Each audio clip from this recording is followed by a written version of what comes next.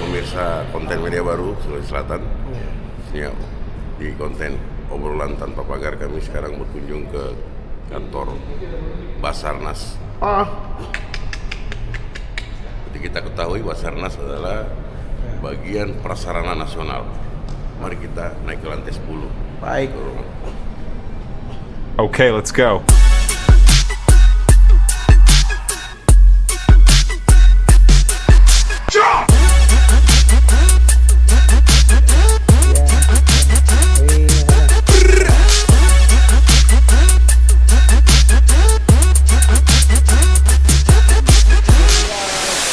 Pemirsa obrolan tanpa pagar, konten media baru TVRI. Sekarang saya berada di ruang kerja Bapak Dr. Junedi Esos MM di Direktorat Kesiapsiagaan Basarnas Pusat. Selamat bertemu Pak Junedi. Siap, bosku. Iya. Kita obrol-obrol santai bagaimana tentang direktorat yang Bapak sekarang berkecimpung di dalamnya.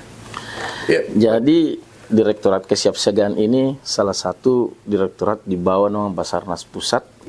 Salah satunya dari direktorat lain seperti Direktorat Operasi. Namun kita berada di bawah Kedeputian Operasi dan Kesiapsiagaan. Direktorat Kesiapsiagaan ini adalah merupakan suatu direktorat yang menangani piket atau penjagaan selama 24 jam di seluruh Indonesia. Kita semua mengatur itu, Pak.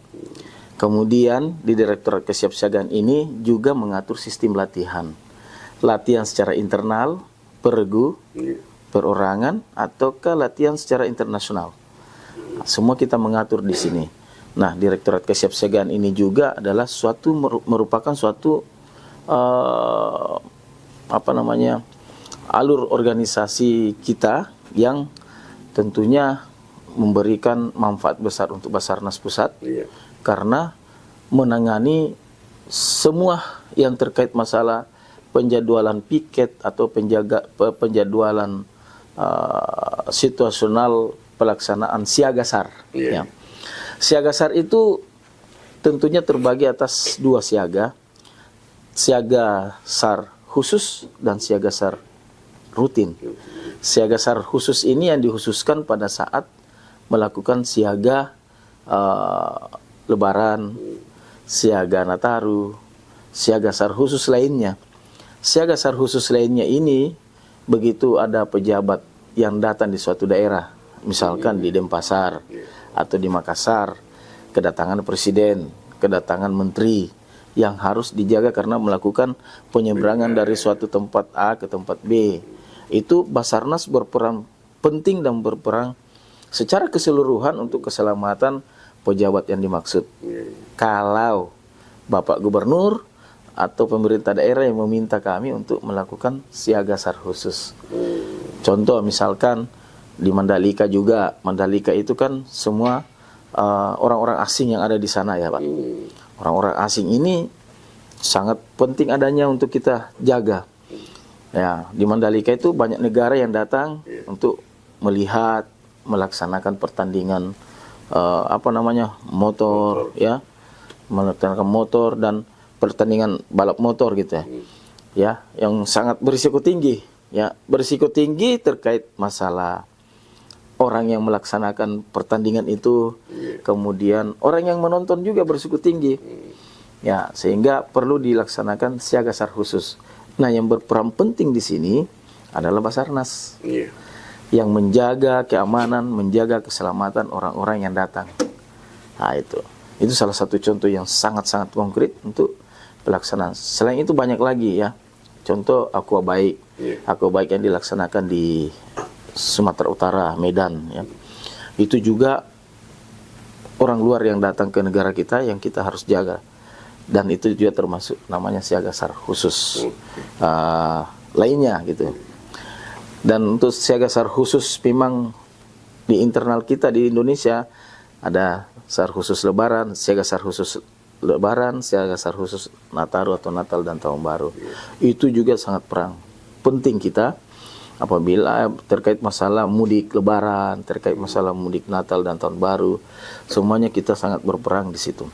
Sehingga dengan Direktorat Kesiapsiagaan ini mengkompletit ya semua situasional yang ada di Basarnas selain daripada operasi SAR. Kalau Direktorat Operasi SAR ya memang menangani operasi SAR apabila terjadi kecelakaan. Tapi kalau kita sebelum terjadinya kecelakaan itu, terjadinya hal-hal laporan yang tidak diinginkan, kita punya tugas itu sampai batas pelaksanaan operasinya. Nah, itu Pak Nah, Eko. terkait dengan kesiapan SDM sendiri dan peralatan dalam direktorat ini bagaimana Pak? Untuk SDM kita sebetulnya kalau kita menghitung secara matematika, itu masih sedikit ya untuk di Direktorat Kesiapsiagaan karena masih berjumlah sekitar 62 orang kalau tidak salah. Dan itu perannya masing-masing. Ada yang berperan khusus di latihan, ada yang berperan khusus di pelaksanaan siaga rutin dan siaga SAR khusus. Saya lupa jelaskan tadi, siaga SAR rutin itu adalah siaga yang 24 jam. Ya. Siaga 24 jam itu tidak berhenti gitu. Jadi sepertinya kita Basarnas ini seperti Superman sebetulnya. Tetapi kita persip. Jadi persip itu berarti kita tidak satu orang yang tidak menjaga 24 jam tetapi bergantian 88 jam gitu. Nah, itu juga terbagi, ada personilnya khusus memang siaga rutin. Khusus memang pelaksanaan latihan. Ada semua itu kita aturkan di dalam siaga SAR. Direktorat Kesiapsiagaan ini. Nah, dengan adanya tugas ini kita, yang saya katakan saat ini belum cukup personil yang harus ada di sini, karena kita di pusat ini selain untuk program kerja kita memang di pusat, juga kita punya program kerja di daerah. Sehingga teman-teman yang ada di daerah itu apabila kita mau melihat sistem kerjanya, aplikasi daripada sistem program yang kita laksanakan di Direktorat Kesiapsiagaan, kita bisa lihat dengan melihat ke bawah atau kita mengunjungi semua daerah yang ada di seluruh Indonesia ini sebanyak 43 kantor. Nah, dengan banyaknya ini program kerja kita laksanakan, maka personil kita belum memadai. Untuk peralatan di sini kan ditangani oleh Sarpras, Sarana dan Prasarana Pusat. Pun kalau kita mau menghitung secara matematik itu masih kurang. Kurang dalam artian belum mencukupi untuk dilaksanakan suatu operasi yang betul-betul memang membutuhkan alat canggih. Ya. Contoh misalkan yang sekarang ini yang sudah viral ini ya, gedung runtuh, ya seperti yang di kejadian yang di Surabaya. Jadi kejadian di Surabaya ini kenapa saya katakan menjadi viral, karena satu teknik pencariannya yang memang butuh keahlian khusus, ya, namanya collapse structure, ya. Teknik ini dibutuhkan suatu keahlian memang, sehingga alhamdulillah yang di Surabaya itu semua korbannya kita mengetahui, ya, dan mendapatkan semua, ya, walaupun bersusah payah gitu. Nah ini, ya, kejadian-kejadian ini di dalam pelaksanaan operasi SAR yang sekarang viral dan butuh keahlian khusus. Nah, latihannya di mana ya? Kita berlatih ada di kesiapsiagaan itu. Nah, yang strategi efektif yang digunakan untuk memberikan edukasi kesiapsiagaan kepada masyarakat bagaimana? Ya, kalau itu hampir setiap saat untuk ke masyarakat.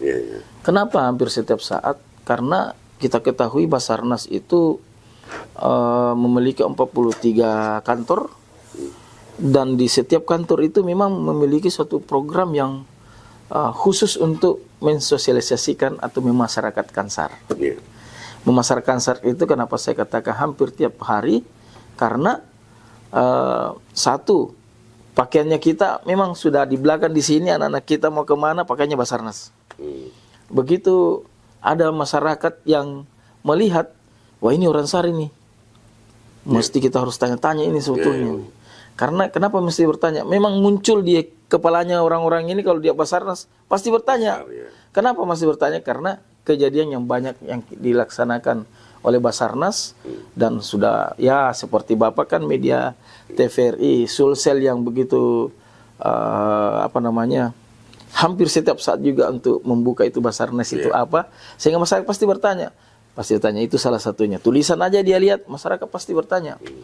Apalagi kita ada program yang namanya Basarnas School, ya, sekolah Basarnas, sekolah SAR School, ya.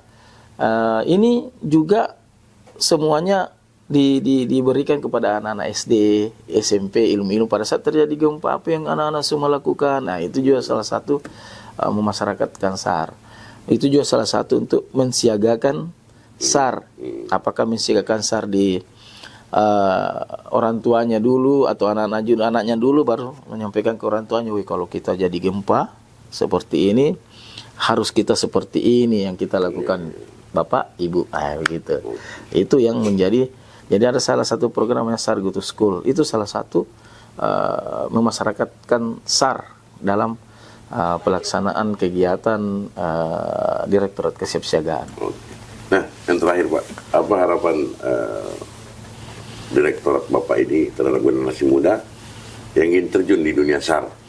Oh, harapan kita tentunya kami sangat mengharapkan teman-teman yang mau bergabung di Basarnas, apalagi memiliki skilling terkait masalah SAR.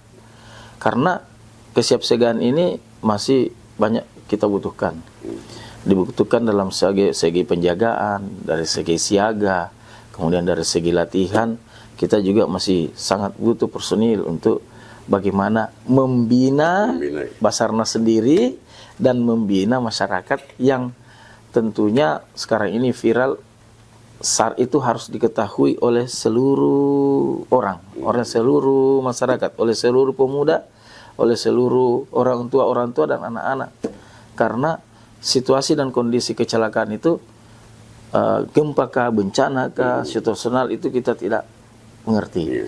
Sehingga ini penting adanya untuk kita bersama-sama mengupdate. Bapak juga bisa mengupdate. Silakan masuk Basarnas, silakan ini supaya kebutuhan kita itu bisa terpenuhi. Dengan sekarang sistemnya ada namanya sistem CAT. Jadi harus di samping kita punya keahlian, harus juga banyak belajar terkait ilmu umum.